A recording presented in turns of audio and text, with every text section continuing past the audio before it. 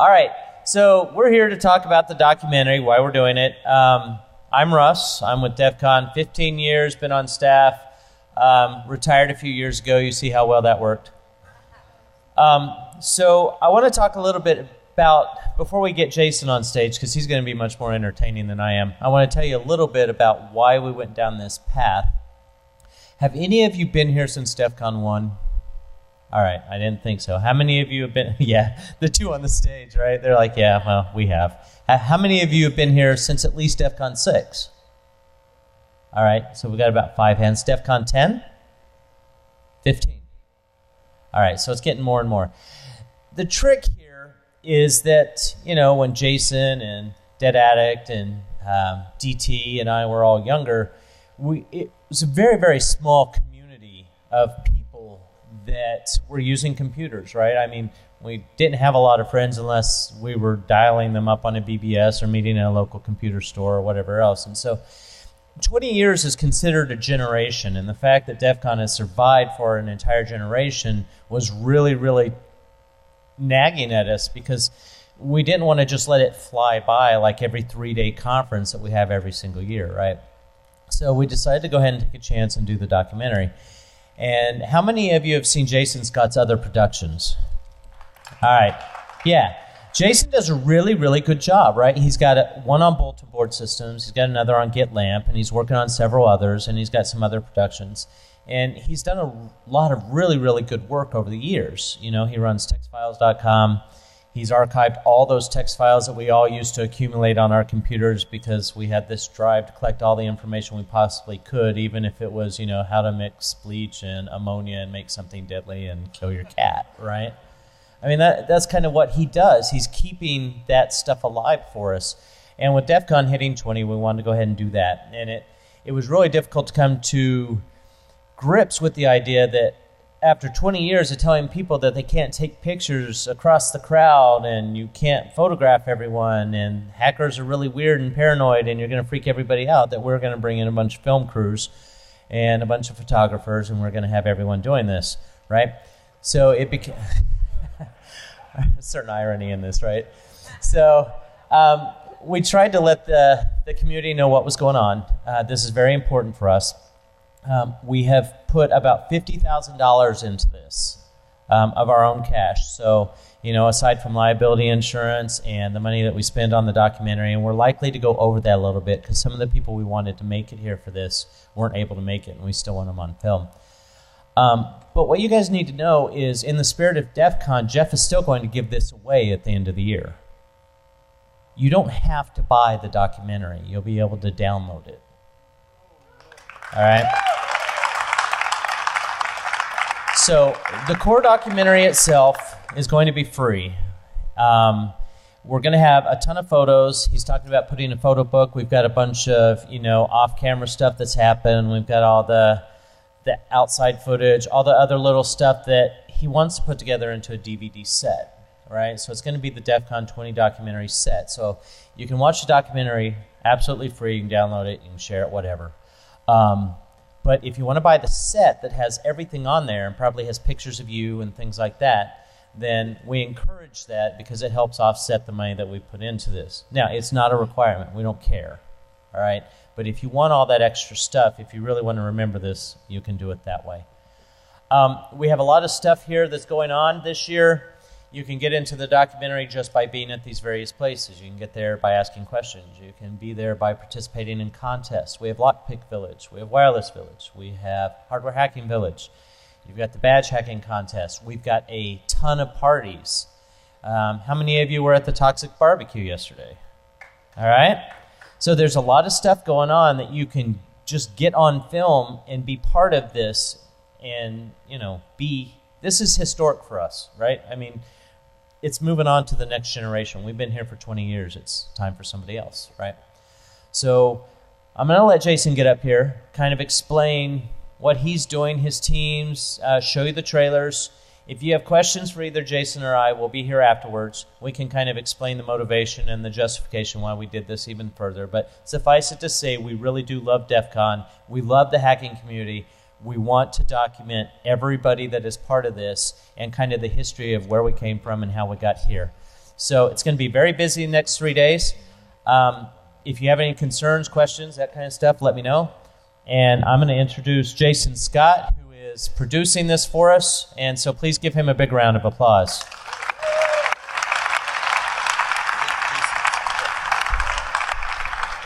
Okay, so this is the only good time, actually, at this entire con you're going to see me without this vest.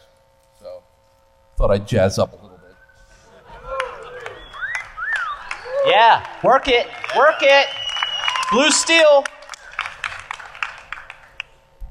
Okay, so yes, I make documentaries. I originally was just collecting text files when I was a kid. Then I moved into realizing that these files and these printouts and everything else were simply the bones, and we were losing the sinew and the muscle, and why did those bones love, and what happened, and where it was going. So I did these documentaries, like BBS the documentary. Now, the people who haven't seen those films might not know how entirely over-engineered they are. The BBS documentary had 205 interviews and took 5 years. The text adventure documentary, which on those 3 words alone should sell you,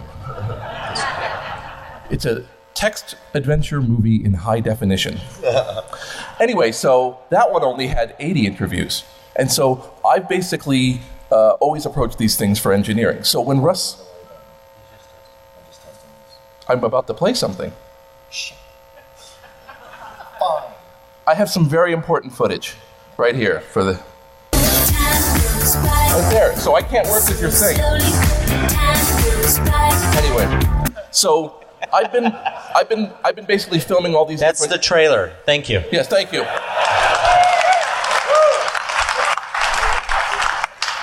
Inappropriate moment for me to test this. I mean. Yeah, really. Yeah, I mean, I don't know. How many speeches do you give where the next part comes up and says, "I got to work on this"? Is it something we got to show? Yes. Okay. Is it something? You know, I can recover from anything, but you're pushing it. It's fucking DEFCON. There's literally a guy standing next to me being like the set, like there's one urinal in the bathroom, and you're like, how much did you drink?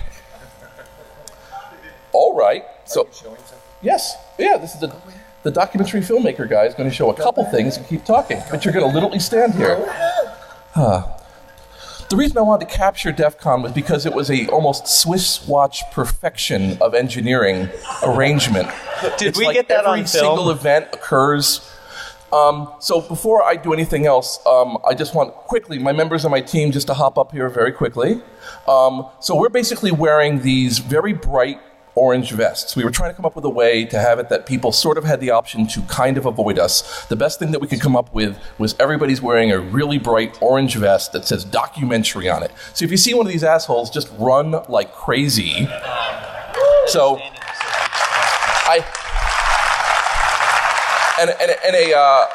a quick shout out to Missing Brothers, Team Breaking Bald, Rick and Steve, who are following Jeff right now because Jeff is like the fucking unicorn. So if you catch him, you get 3 wishes. That's actually in the program. Anyway, so yes, so thanks guys. So they'll be around and they're going to film me right now. All right, so let me just show you the original trailer that's already up on YouTube, and I'll make it public right now.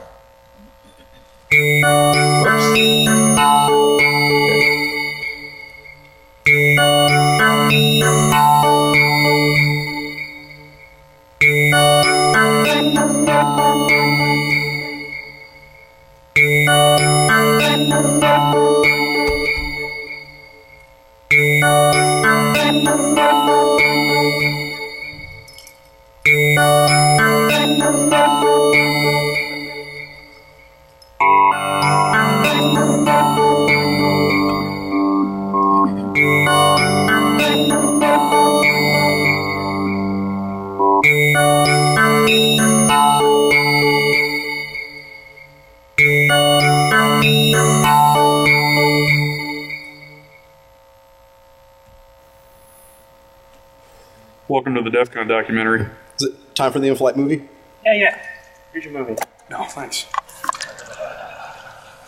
Oh, I've seen it. It was wild, yeah. It was unlike anything I had ever been to before. It's like a giant party that doesn't want to end. No kidding. That's what we do. We come together and we do the hell out of it.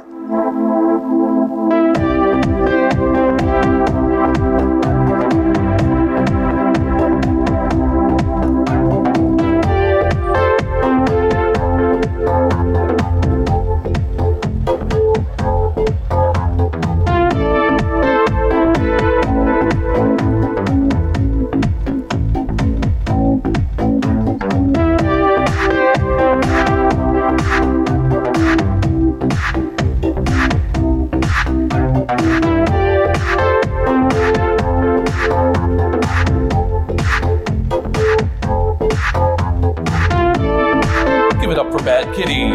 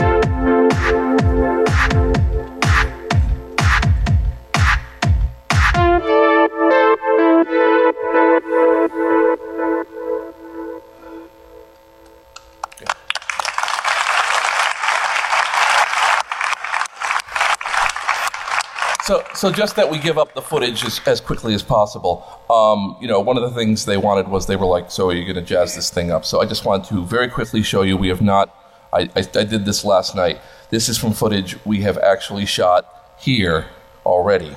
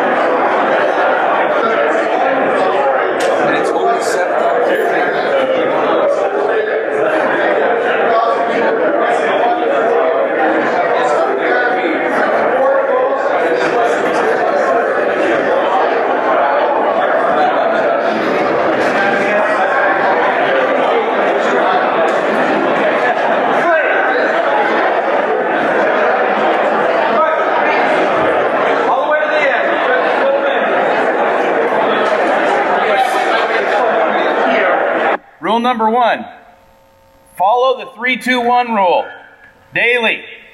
And please bear in mind these are minimums. At a minimum, 3 hours of sleep, 2 meals, 1 shower. Because it's an opportunity really for him to experience something different, a different type of culture. And I was here last year and I bought him a hoodie. He's and totally I thought picking his year, pocket.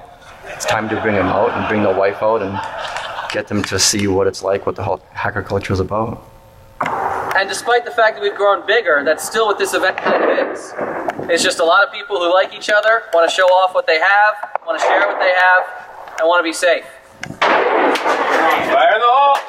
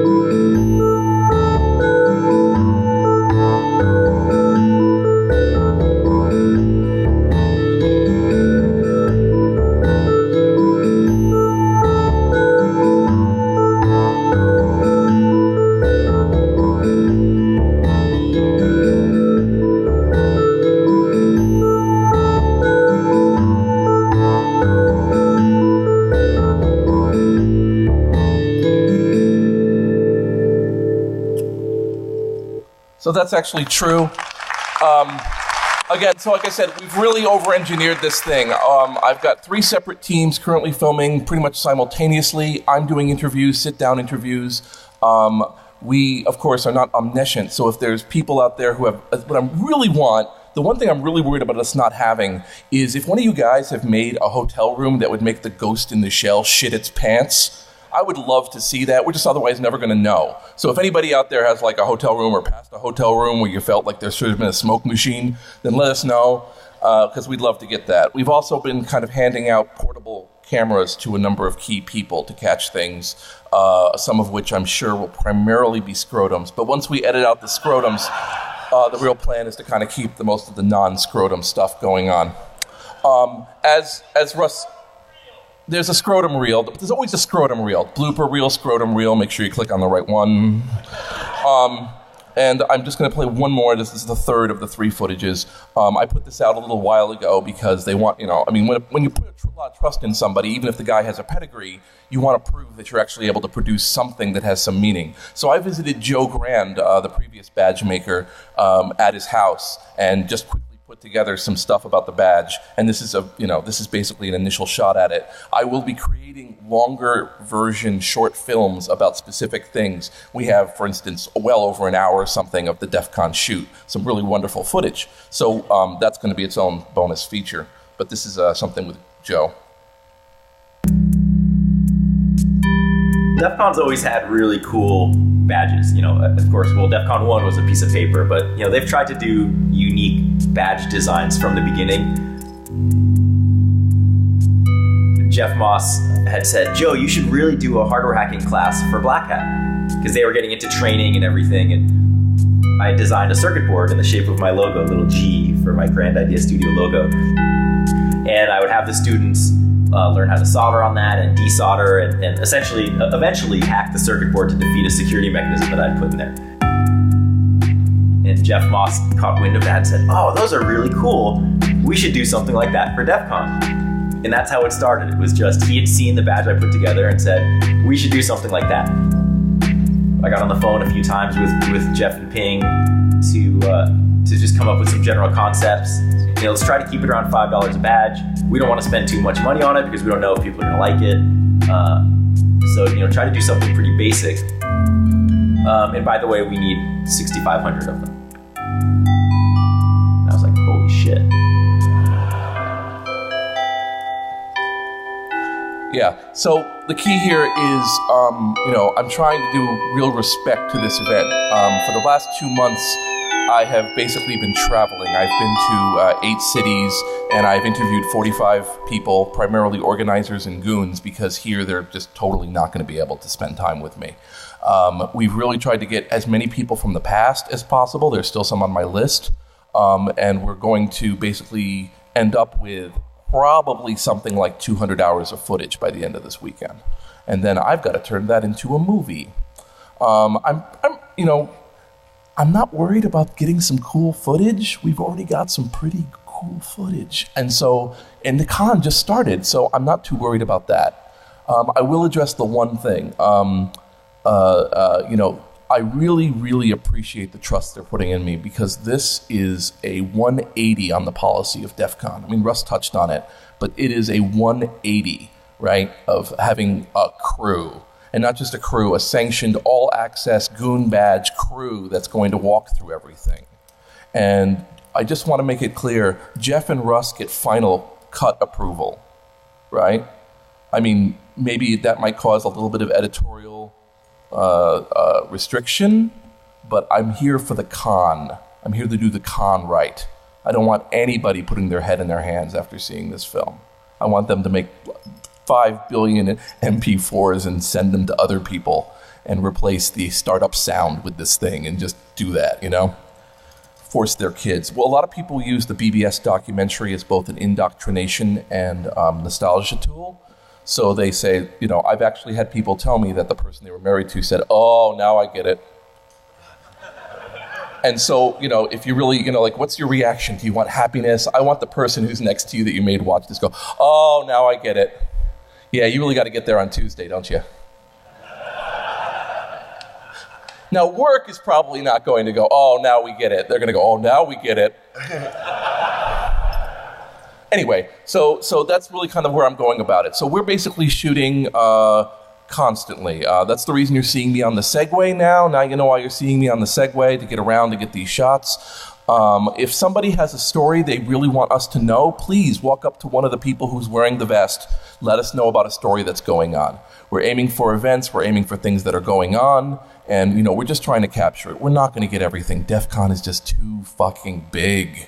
I mean, it is a huge event. Having now spent time on the back end watching them put things together, A, the miracle it ever happens at all, but B, the fact that everyone is driven to make this happen and put everything in. I mean, the fact that there's a rogue cell in this building with badges that are phones that can call other badges.